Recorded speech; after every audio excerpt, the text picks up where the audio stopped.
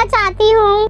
नहीं बहू, नई बहू को पहली होली अपने मायके में मनाना पड़ता है, नहीं तो मैं तुझे क्यों भेजती बता। अच्छा माँ जी, आप बताओ ना कि नई बहू को होली क्यों नहीं देखना चाहिए, प्लीज प्लीज बता दो ना। अच्छा ठीक है, मैं तुझे बताती हूँ कि किस वजह से नई बहू को अपनी पहली होली मायके में मनानी होती है। कई परंपराओं में, विशेष रूप में भारत में होली के दौरान और होलिका दहन के वक्त सास बहू का साथ में रहना अपशगुन माना जाता है। नई दुल्हन के लिए ये कहा जाता है कि उसे अपनी पहली होली ससुराल के बजाय मायके में मनानी चाहिए। इसके साथ दामाद को भी अपनी पहली होली ससुराल में मनानी चाहिए। इससे उनके रिश्ते बेहतर होते हैं और मन मुटाव नहीं होते हैं। नई दुल्हन के भी सास और परिवार के अन्य सदस्यों के साथ मेल जोल अच्छा बना रहता है। ऐसा भी माना जाता है कि सास बहू अगर साथ में होलिका दहन देखती है तो इससे घर में कलेश शुरू हो जाता है। सास ससुर के साथ रिश्ते खराब होने लगते हैं और बिना बात के झगड़े होने लगते हैं, इसलिए उनका साथ में होलिका देखना मना किया जाता है। माँ जी, इसके पीछे की कहानी क्या है? हिंदू शास्त्रों के मुताबिक ये माना जाता है कि सास और बहू को साथ में होलिका दहन नहीं देखना चाहिए। इसके पीछे की ये कहानी है कि जिस दिन माता होलिका प्रहार को लेकर चिता पर बैठी थी, उसी दिन उनका विवाह इलोजी से होने वाला था। तभी से ये परंपरा है कि दुल्हन और सास को एक साथ होलिका दहन नहीं देखना चाहिए। संध्या के समय जब होलिका माता प्रहार को लेकर चिता पर बैठी हुई थी, उसी दौरान उनकी बारात घर के आंगन में आ चुकी थी। जब होलिका की माता ने अपनी बहू को जलते हुए देखा तो सदमे में चली गई और उसी वक्त उनकी मृत्यु हो गई। इसीलिए नई दुल्हन के लिए कहा जाता है कि उसे अपनी पहली होली ससुराल के बजाय मायके में मनानी चाहिए। क्या आपको ये कहानी पता थी? कमेंट सेक्शन में जरूर बताइएगा, मैं आपका इंतजार करूंगी। तब तक के लिए बाय और मेरी तरफ से आप सभी को हैप्पी होली।